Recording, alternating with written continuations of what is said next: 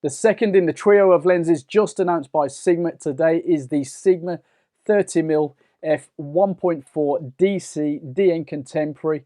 Another extremely popular lens for Sony shooters, to be fair, and now available for us Fujifilm X Mount users. But with so many lenses already out around about this focal length and budget, is it really worth considering? Well, as you can see, we're shooting with it right now, and I should add it's a pre-production lens on the latest firmware. So yeah, let's see what's what and how I feel about it.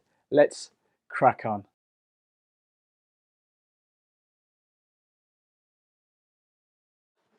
The traditional Sigma box, which is cool. We've got a little welcome booklet that we saw with the 16mm, so we won't go into that too much. Well, we didn't before either, but we've got the instructions as well. Yeah, anyway, little egg carton in here with the lens and the lens hood. So first of all, this lens hood I do kind of like. I think there's some decent attention to detail. Nice black on black engraved details there, the little line markings, which you really should pay attention. You might see in a minute. I don't always get it spot on. The lens itself is right here, and is actually a nice feeling lens, to be fair. It is very decent. You've got the lens information down here, of course, the guidelines there, the brand name, serial number, the model number, I think you call it, distance information with the 0.3 meters to infinity, made in Japan. That'll keep people very happy, especially at this budget. Pretty cool. Nice snap cap there. We've got a full frame equivalent of 45mm, angle of view 50.7 degrees. Within this tidy little package are 9 diaphragm blades, 9 elements in 7 groups. Now, evidently, again, as you'll see with the whole trio, no aperture ring. This goes f1.4 to f16. Manual focusing is a better experience with this lens, if I'm honest. More dampened, more sure than the 16mm, which wasn't bad, but wasn't amazing. Now, this lens has a close focusing distance of 30 centimeters. And let's pop this back on. I'm going to put the hood on, actually. This should be interesting. There we go. That's all right. I've got it. I've got the knack. Flip it over. Nice branded caps on the back. There's a lot of attention to detail in certain things, which is nice, especially at the budget level that this is. Now, again, there's a mount seal, but there's no weather sealing. Officially, no weather sealing, but you do have that. So maybe once you've got your hands on it and that place, some of you will let us know what situations you've coped, you know. But don't go risking anything, especially on my behalf.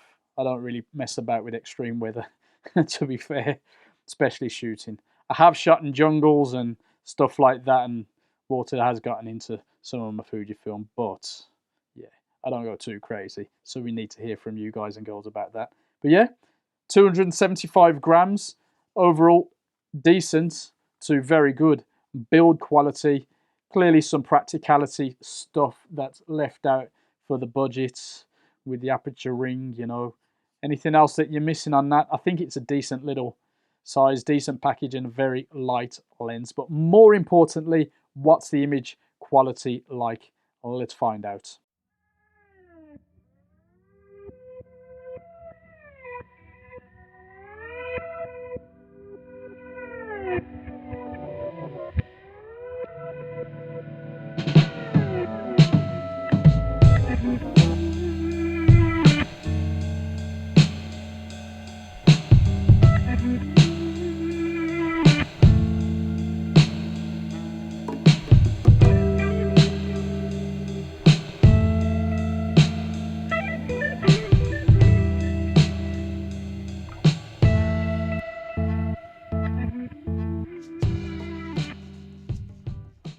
You might have noticed that not only did I use this lens for the intro, but also for a good chunk of the video about the 16mm, and it performed very well, I think. I did notice that at times the focus box would stray when I'm shooting pieces to camera like this, as if it's finding a different face in these boxes, but on playback all is well, and I'm happy with the clips I've shot. I'll definitely use it for more of this style of shot when I can, and I'll probably use it for this section in the 56mm video too, so look out for that.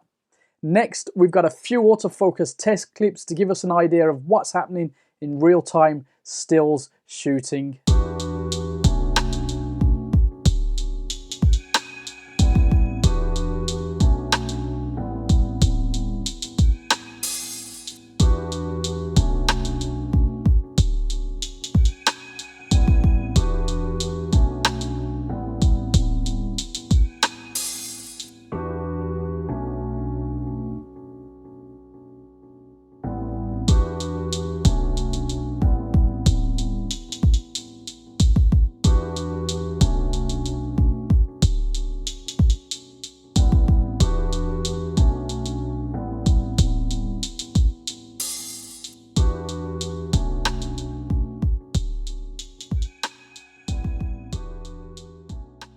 What I'm finding now that we're halfway through looking at this trio is a very well put together set of lenses so far. At the price they come at overall, they stand up very well. Evidently, this lens might prove to, you know, not sell as many as the other two maybe, but without comparing it, it performs very well at this price. It's a comfortable lens to shoot with, albeit, of course, we'd have had more fun if it had an aperture ring, but that's the nature of the set.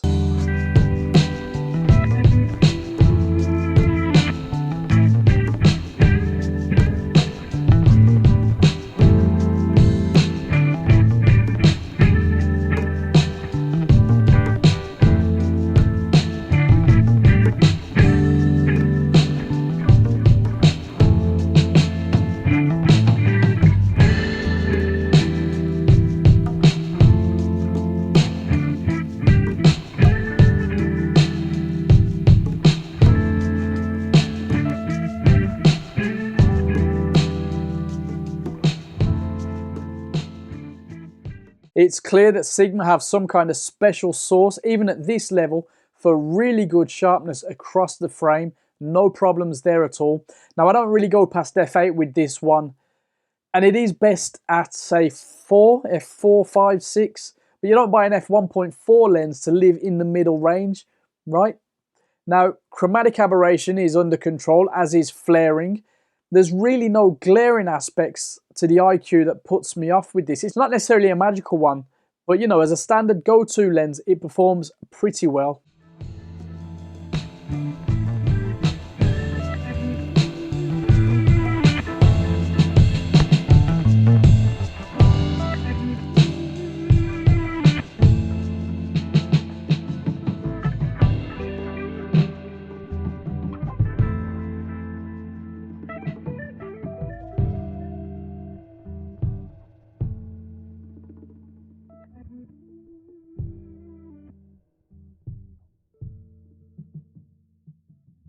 The bokeh is actually pretty decent. There's nothing mind-blowing about it, but it's pleasingly, you know, not off-putting either. There is a little barrel distortion if you go looking for it, so yeah, it's not a perfect lens by any stretch of the imagination, but here's a little clip where I work through the aperture range without changing any other variable to give us a little bit of an idea about how it affects the overall image.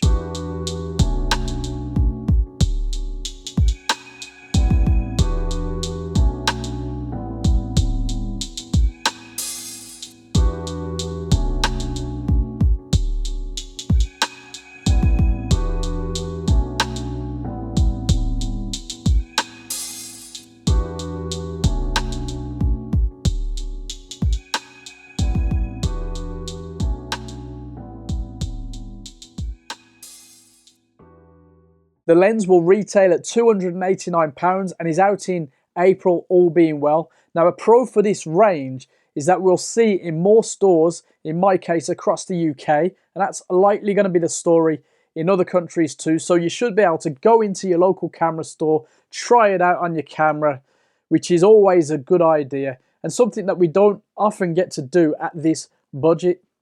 As it's basically a standard focal length, it's understandable that there's a good amount of lenses around this focal length and budget already for the X Mount, such as the Viltrox 33mm that I'm filming this piece with right now. So how will this one fare? Well, it's definitely priced pretty competitively.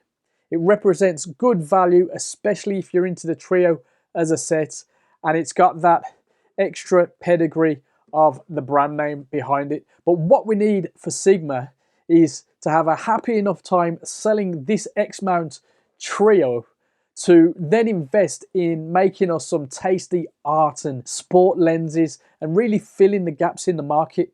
As it happens, the thumbnail for this and the 16mm video and the title shots for all three were done with a Sigma 60mm on micro 4/3, curiously. What a lens though. I can't see that one making it to the X Mount, but if you've got a micro 4/3 camera, you should go out and get that one too. Simple as that.